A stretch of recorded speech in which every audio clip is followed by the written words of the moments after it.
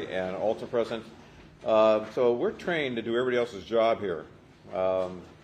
So Brooke brought the jury in. I can actually use her machine. And Esther sets a time clock for the break. And I say, I'll see you in 15 minutes. She actually pushes in 15 minutes on her cell phone. And of course, she left to do an errand and took her cell phone. I don't think that was an accident.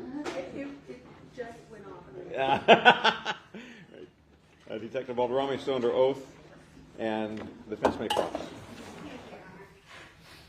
Good morning, Deputy Baldorama. Good morning. Bringing you back to October 2nd, 2018, you testified that after the court hearing, you first escorted Robert Baker out of the courtroom? Yes. Okay, and then you testified that Robert Baker went up to the second floor landing? Yes.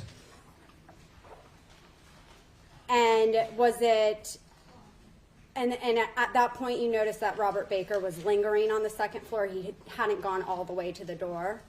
I wasn't by the door. I was getting communication from my sergeant because my Sergeant Westfall was telling Baker to go to the end of the door like I instructed him to do. Okay. And you testified that Robert Baker was ignoring those instructions? Yes. And disobeying both yours and Sergeant Westfall's orders? Yes. When you brought Monica Sementilli from the courtroom into the lockup, Monica did everything that you obeyed all of your instructions? Yes. Okay. And you also testified that on the second floor landing you heard Robert Baker make a statement to Monica? Yes. And at no time did you ever hear Monica Sementilli make any statement to Robert Baker? I don't believe so.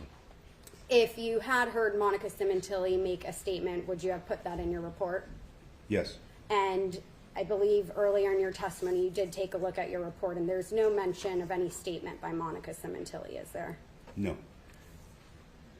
Based on your observation and investigation, you determined that Monica Sementilli never received those two evidence items that were presented in court today. Is that right?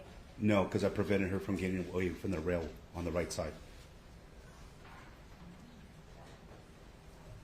Well, we watched several videos, so is it your testimony that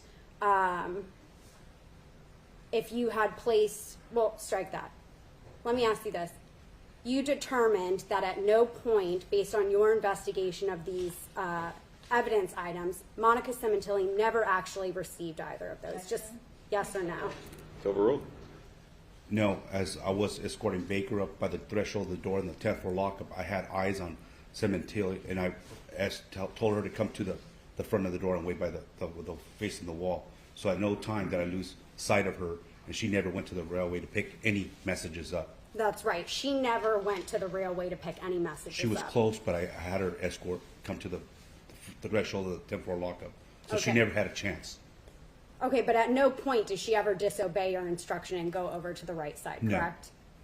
No. And based on your observations on October 2nd, at no point in time did you hear Monica Sementilli make any statements that indicated she was aware Robert Baker had left anything for her. Is that right? I don't believe so. You also mentioned briefly in your testimony that these kites can have some relation to gangs. Yes, in my report I actually had some ciphers that I personally found when I worked the jails. Okay. And talked to the inmates, and that's why I left in my report. I actually put the way they actually use a master key. Okay. So at that time, I ordered jail deputies to go to both their locations and have their cells search for a master key. Okay, but and my question is just that you are not aware of, based on your involvement in this case, being the bailiff of record on several court dates, you're not aware of any gang affiliation in this particular case. Is that right? I have nothing further, Your Honor. Further by the people. No, thank you. Thank you, Detective Baldorama. You're excused. We'll call Detective Christopher Gable.